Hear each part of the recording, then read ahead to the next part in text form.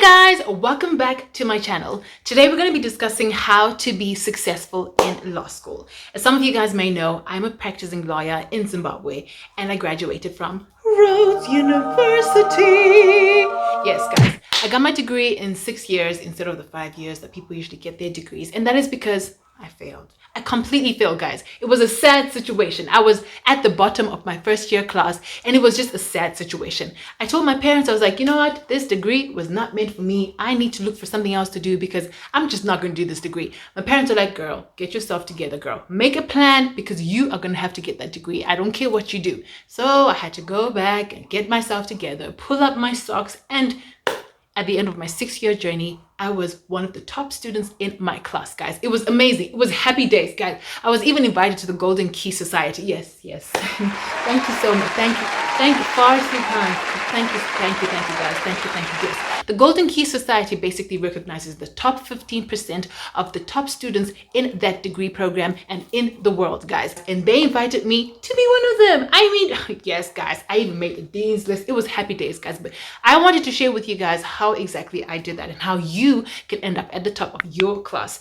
Even if you don't want to be at the top, guys, if you just want to succeed and just go through the struggle of law school and walk across that stage with your degree. So I'm going to share with you guys some of the tips and tricks of exactly how you can be coming from the bottom and be at the top. Like started from the bottom, now we're here.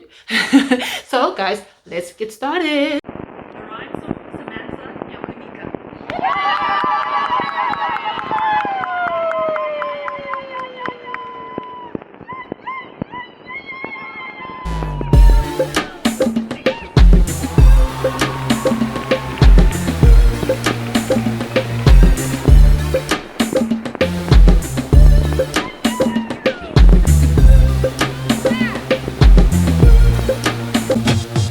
So let's get started. Tip number 1, be disciplined. That means go to class, take notes, pay attention to the discussions in class, and go to the library. If you do that, guys, consistently, you know you are done. You are settled. You will get that degree and you will succeed in law class. Let me tell you what I did. I was in class every single day and I lived on top of a mountain, guys. I lived far away from reality, but I made it to class every single day. And the weather in Grahamstown was intense. It was the worst weather ever in life. From the 1st of January to the 31st of December, it was just terrible weather. But I found myself in class every single day. I made sure I was in class every single day. Through thick and thin, I was there. I had no car. I was on top of my mountain and I walked to school and it was about 2 kilometers away. I was there. There were registers there and people did not show up to class and then they would get their friends to sign the register. Okay, that's great. You can cheat the system, but you are cheating yourself. That's what I'm going to tell you right now. It does not work. Do not do that. Do not be tempted to do that. Just go to class, guys. You will benefit a lot from what the lecturer is saying because there's so many things that the lecturer will talk about and so many things that you can learn from the discussions in class that you're not going to be able to learn from just reading a textbook. It really is invaluable. And there's a reason why they create lectures, guys, for you to attend and learn something. Okay, and then take notes in those lectures and pay attention. Don't be on your phone, on your laptop, be on Facebook and all that thinking, oh, well, I'm here, so it's okay. I can just be on Facebook and text them. No, pay attention, guys. Pay attention. And then go to the library. I was in the library every single day. Lectures were in the morning and then I was in the library straight after lunch. I'll go for my lunch and I come back and I was in the library from 2 p.m. until 5 p.m. every single day. There's so much going on at law school. You have so many subjects that you're trying to do and there's tests and assignments pending and you have to make sure that you're on top of all of that. There's never a time where you have free time. There's no free time in law school. So you have to make sure that you're in the library, guys. Give yourself time to be in the library so that you can catch up with all these other things that you need to put together. Next tip is do the extra reading that your lecturer asks you to do. Guys, it is very important. If your lecturer is like, don't forget to do this reading, don't forget to look for this case and print it and do it, don't forget to do this job, there's a reason, guys. There is a reason. Number 1, they're probably going to ask you a question about that journal and that case that you were supposed to read in the exam or in the test. And if you haven't read it, what happens? You will fail. You won't be able to answer the question. Number 2, you will set yourself aside and apart from the rest of the students. You will just show to the lecturer that you're a top student, that you're a grade student, because when you answer a normal question, when everyone else is just going to write about what they read in the textbook or what they heard in class, you are going to put the journal that was the extra reading into your answer and just show them that you were just doing the extra work. Hey, and get those marks, guys. You will get the distinctions, guys. You will get them. So you better make sure you do that reading. And number 3, it's just interesting, guys. The law is forever evolving. Most of these journals and these cases that come up, they are in line with what is going on in the situation of life, the current affairs. So it just helps you to be up to date, guys. That's just how beneficial it is. So make sure you do those readings if you want to be an A student.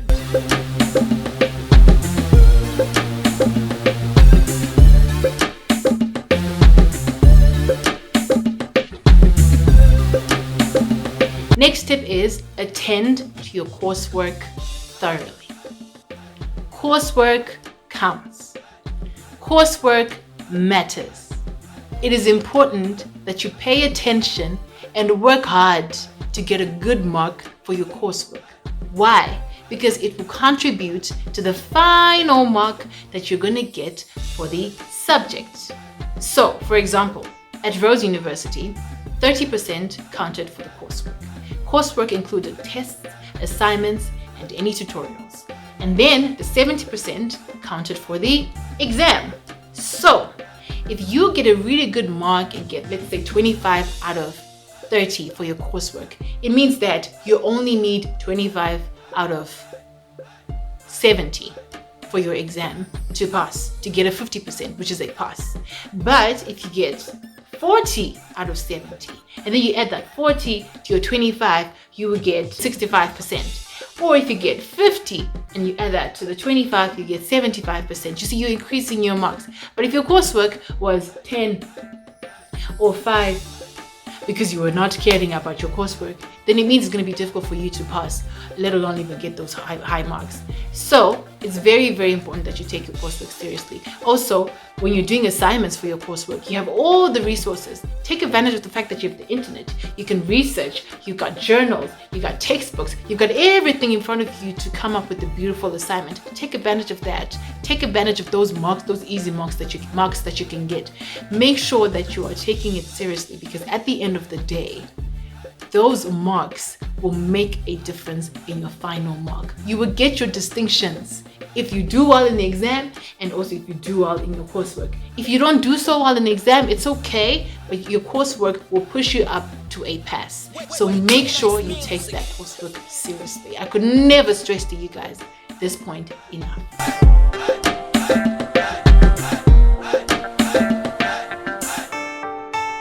Next up is find a studying technique that works for you.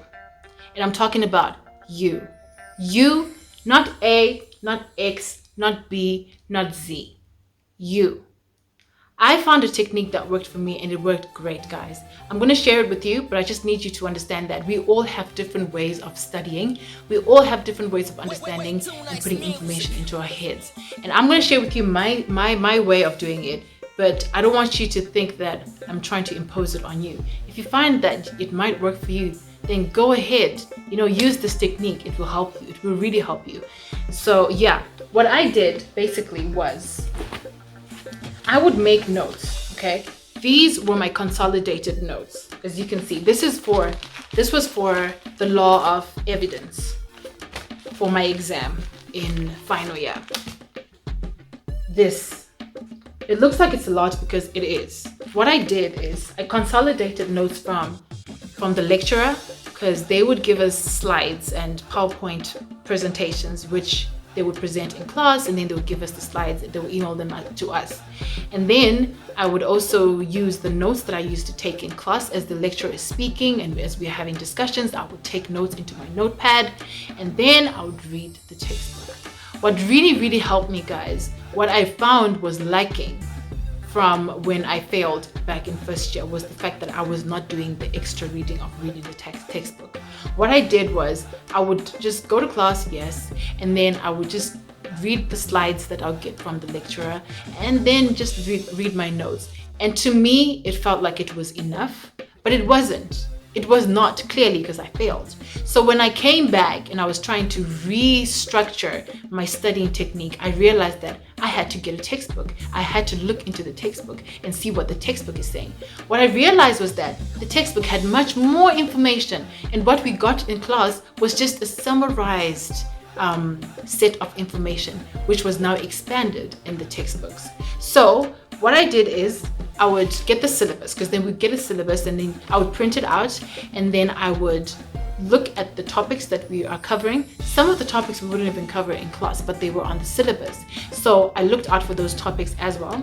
And then I would go through each topic and I would open the topic in the textbook, and then I'll read on that topic, whatever the chapter is in that textbook, from the start to the end, word by word, for each and every topic, for each and every subject that I was studying. It was a lot. I'm not even going to lie to you. It was a lot, guys, but it worked. It really did. So then I would read the textbook right from where it started and from where it ended, and then I'd make notes. I'd also take note of the case law that was pointed out in the textbook, and then I would also make summaries of that case law. So in the end, I had a consolidated set of notes, which included the notes from class, the notes from the lecturers in the form of PowerPoints, and then I'll also have the notes that I would have taken from reading the textbook. This is what I came up with. It's a lot, but it helped me. It meant that everything that I needed to know about that particular subject was here. So everything that I needed to know about evidence, the law of evidence, is here. Everything. So everything that we talked about in class, everything that's in the textbook, everything that's in the extra journal readings that I did, everything was here, right? And then after that, I then made what I called a case list. So this is an example of the case list, right? I would then read these notes, right? And then I would have parts where I would highlight case law, which was very important to whatever topic it is. And then I would write a small summary of the case. So I'll have the case name, and then I'll have the topic, and then I'll have what the summary is. I'll term it the judgment. So basically, for example, here, I'm looking at this list and it says de Villiers, and the topic was circumstantial evidence. And then I'll talk about what the judge said and what the law was in that case that I need to know, which is relevant to what I'm studying. So that's what I did for every single case. So for example, here I have, wait, hold on, this is another page. Yeah, I had 732 cases for this subject alone. Okay, so I would now study this list over here. I would know every single name for each and every case, and then I would know what topic it falls under, and then I'd know what the judgment was and what the law is in that case. So it really, really helped me, guys. It sounds like a lot, but trust me, it takes about an hour, 2 hours to go through all the cases and memorize what they say and what topic they fall under. It takes that short amount of time because you would have already read these notes and you would actually sort of know what exactly each topic has and what case goes with which topic. So it really, really helped me out, guys. It sounds like it's a lot. Yes, it is a lot and it's very time consuming, but it worked for me, guys. It really, really, really did wonders. I noticed that when I started doing that, everything just started falling into place. When I'll get into an exam and then a question is asking about a certain topic, like for example, if it's asking about circumstantial evidence, it meant that I'll have to go into my brain and think which cases fall under this topic, and then I'll think de Villiers, dos Santos, and there's Blom, and then there's Berger. Those are the cases that are falling under this topic, and then I'll think about what they are saying, what the law is in each and every one of those cases. It really, really helped me out, guys. And at the end of the day, I knew what the theory was from the textbook and from consolidating my notes. I knew what the theory was, and then I'll substantiate that theory with the cases. It worked, guys. It worked like magic.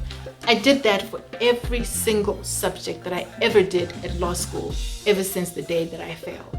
It worked, guys. It worked. I passed everything. I passed all the time. With flying colors even, I had distinctions.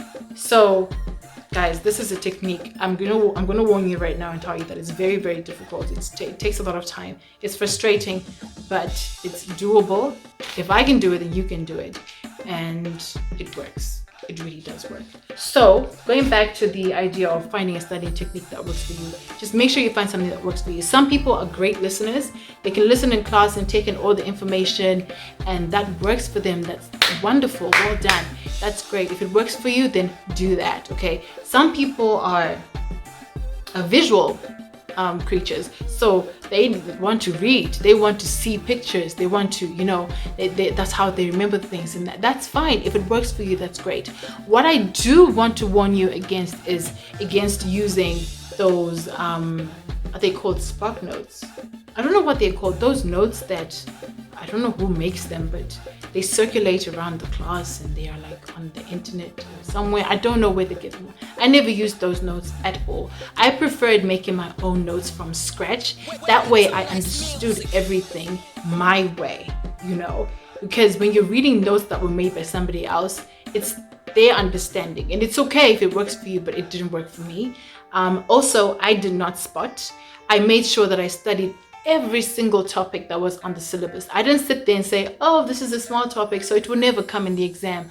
No, because then those small topics will come and it'll be a big question. And what did you do? You didn't study for it. So I studied every single topic. Make sure you study every single topic in every single subject, because it will really, really, really help you. So that was my technique, guys. It worked for me. It might not work for you, and it's okay. Just make sure you find something that works for you. I also want to share with you guys a trick that I learned about using textbooks, guys. I understand that textbooks can be super expensive and they're very important, and you need a textbook, and sometimes you don't even have the money to buy the textbooks, especially when you're doing so many courses that all need these big, super expensive textbooks. What you can do, guys, which is what I did, it saved me a lot of money, guys. I could use that money for other things like buying shoes. What I did, guys, is I would actually go to the library at the beginning of each semester or each term, every time that I started a new course, and then I would look at the syllabus and I'll see all the textbooks that have been listed. What I then did was go to the library, and then I would ask for those textbooks, and then I would dedicate my days and my afternoons in the library taking pictures of the textbook. So what I did is that I'll get each textbook, and then I'll take pictures of each and every single page of that textbook, and then I downloaded the pictures onto my laptop, and then I would create a folder with the name of that textbook.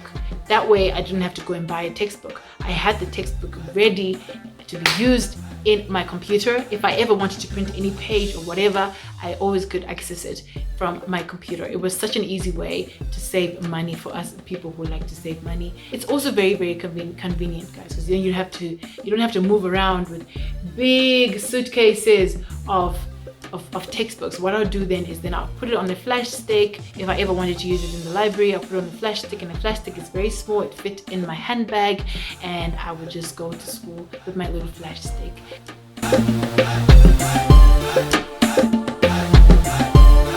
Next tip is put in time and effort.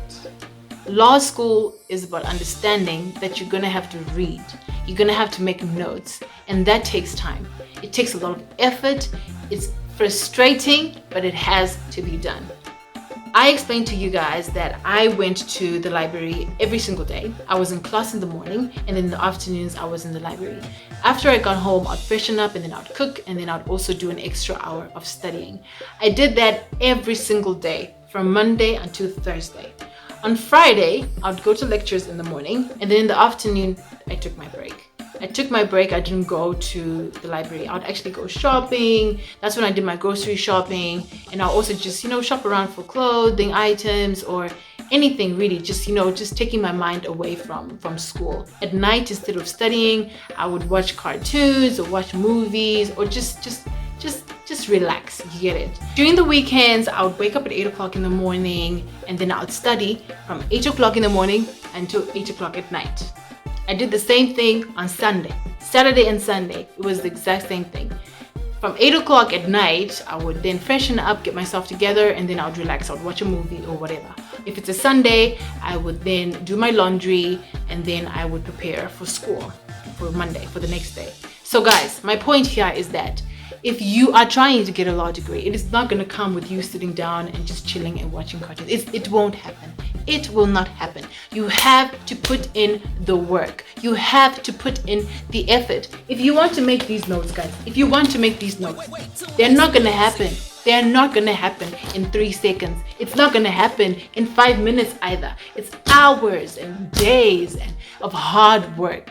It's time consuming, but it's all worth it. You will get those distinctions coming to you because it will show. It will show in your work. It will show in the exam. It will show in your assignments that you really are taking this seriously and you really are putting in the work. So it's important, guys. I cannot stress to you enough. It's very important.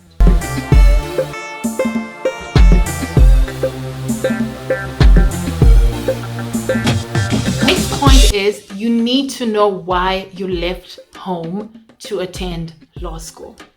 You did not go to university to get a degree in clubbing. You did not go to university to get a degree in being the social queen of life. No, you went there to get a law degree. So do everything that you need to do to get that law degree. Make sure you find a way to balance your social life. I'm not saying that don't have a social life. Have a social life. Have friends. Go out. Enjoy. After all, guys, uni is fun. It's supposed to be that time where you don't have your parents on your back and you just, you can do what you want, but don't get carried away. You need to understand why you packed your bags and left your house to go to the university. You need to understand that you're there to get a degree. So it's very important to balance out your social life and your school life. Also be careful about the friends that you decide to hang out with. Are they friends that are going to be able to build you? Are they friends that are going to drag you into doing drugs and forgetting that you're here for school? Are they going to be friends that want to chill and just drink their lives away all day long and forgetting that they're actually here to get a degree? It's a reality, guys.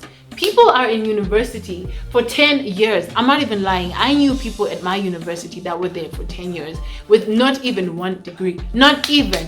But a degree only takes about, an average degree takes about 3 years to get. But you're there for 10 years and you have no degree. That is because you're not serious and you're not understanding why you're there. You're failing to balance your social life and your schoolwork.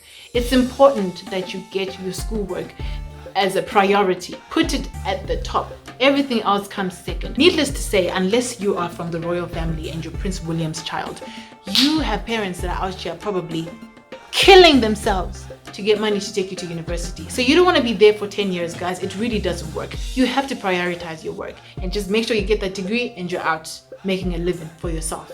It's only for a short period of time that you're going to have to be doing this law degree. And then you're going to have all the fun in the world. It's a reality that people are dropping out. It's a reality that people are failing. It's a reality that people are not taking it seriously. So you need to understand the reason why you're there.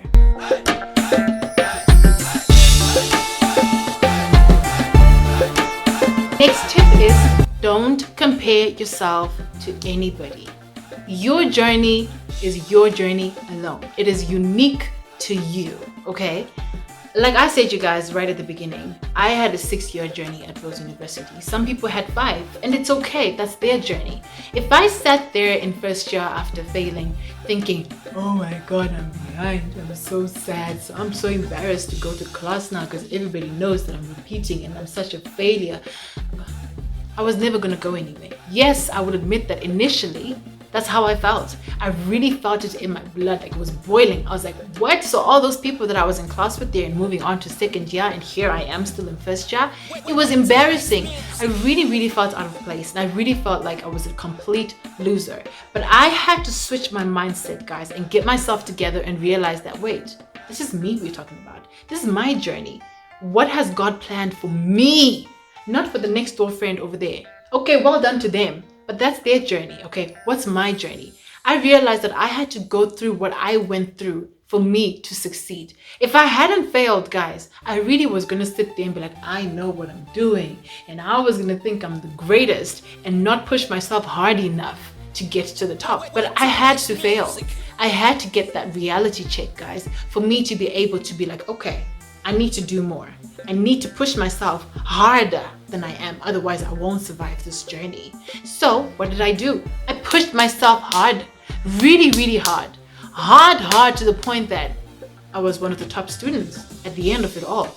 And the rewards were amazing, guys. I was on the dean's list for the 2 years that I was in the LOB class. I didn't even think that it was possible, you know? It was something that was so far-fetched it would never happen to me, but it did. It happened to me, and it can happen to you if you understand that your journey is your journey. Do what you need to do in order to succeed. Don't listen to her and what they're doing for their life, you know, because it's their life, it's not yours. So understand that your journey is yours and what you're going through is unique to you. Don't compare yourself to anybody. After all, comparison is the thief of happiness, and you don't want that. Trust me, you don't. All right, so that's it, guys. Thank you so much for joining me today. I really do hope that this was a useful video for all the law students out there who really want to up their game and succeed and survive the struggles of law school. Those tips really worked for me, guys. I really hope that they help somebody out there. If you ever do try these tips out, let me know in the comments below. Until next time, guys, thank you for tuning in. Don't forget to subscribe. I'll see you guys in the next one.